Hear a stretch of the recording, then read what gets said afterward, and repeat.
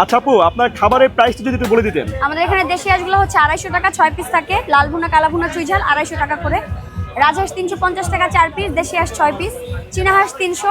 কাঁকড়ার প্রাইসটা ডিপেন্ড করে সাইজের উপরে, ছোটগুলো 200, বড়গুলো 300 টাকা। এটাকে আবার আমরা কেটে মশলা করে দেই। গরুর মাংস আছে 250 টাকা করে প্লেট, 5 পিস থাকে। গরুর কলিজা 250, গরুর বট আছে 180 টাকা। আর এগুলোর সাথে খাওয়ার জন্য চাউলের রুটি 10 টাকা, চাপটিয়া ছিটা রুটি 20 টাকা, রুমালি রুটি 30 টাকা করে। তো গাইস, আজকে আমরা শ্বশুরবাড়ি থেকে নিয়েছি বট ভুনা, যেটা আমার অনেক বেশি ফেভারিট। তো এর আগে আপনাদেরকে দেখিয়েছিলাম সেটা হচ্ছে হাঁস ভুনা, তো আজকে নিয়েছি বট ভুনা। তো আজকে বট ট্রাই করে দেখি ওনার খাবার টেস্ট কীরকম। আমি এর আগে খেয়ে গিয়েছিলাম, মাশাআল্লাহ অনেক বেশি মজা ছিল। ওনাদের খাবারটা কি সম্পূর্ণ নিজের হাতে তৈরি করে উনি। তো ওনার হাতের খাবার আমি এর আগে খেয়ে যতটুকু বুঝেছি ওনার হাতের খাবার খুবই মজা। তো আজকের জন্য আবার চলে আসলাম খাওয়ার জন্য। তো টেস্ট করে দেখি, বিসমিল্লাহ। আমাদের বাসায় যেভাবে রান্না করা হয় ঠিক সেরকম স্বাদ, অনেক বেশি মজা। আর তার সাথে নিয়েছি রুটি, চালের রুটি, যেটা একেবারে নরম, টোটালটা গরম রান্না করে একদম সার্ভ করতেছে, যার জন্য খেতে কিন্তু খুব বেশি মজা লাগছে। আর এখানে যে বটটা একেবারেই তুলতোলায়, খেতে কিন্তু খুবই মজা।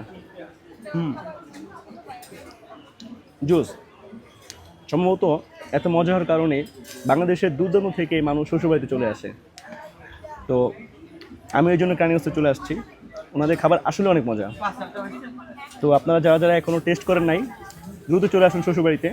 ওনাদের লোকেশনটা হচ্ছে উত্তর দিয়াবাড়ি, 50-51 পিলারের সামনে আসলেই দেখতে পারবেন ওনাদের দোকানটা। আর এখানকার মধ্যে মোস্ট ভাইরাল একটি দোকান এটা। ওনাদের প্রত্যেকটা খাবারের টেস্ট খুবই ভালো। আমি এর আগেও দেখিয়েছিলাম আপনাদেরকে যে আশপাশে যতগুলো দোকান আছে সবগুলো দোকান থেকে কিন্তু শ্বশুরবাড়িতে ভিড় বেশি। আর ভিড় হওয়ার কারণ কি? অবশ্যই তাদের খাবারের মান ভালো। যদি দেখেন তাদের সামনে কিন্তু প্রচুর পরিমাণে কাস্টমারের ভিড়। আর আগে কিন্তু ওনাদের এই জায়গায় বসা প্লেসটা ছিল না, হয়তো বা কাস্টমারের চাপ সামলাতে না পেরে তারা এখন ভিতরেও বসার ব্যবস্থা করে দিয়েছে।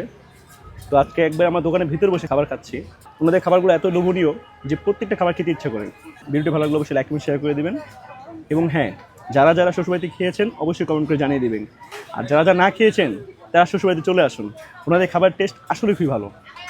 এবং অবশ্যই আমার ফেসবুক পেজটি ফলো করে দেবেন। সো আজকের জন্য পর্যন্তই, আল্লাহ হাফেজ।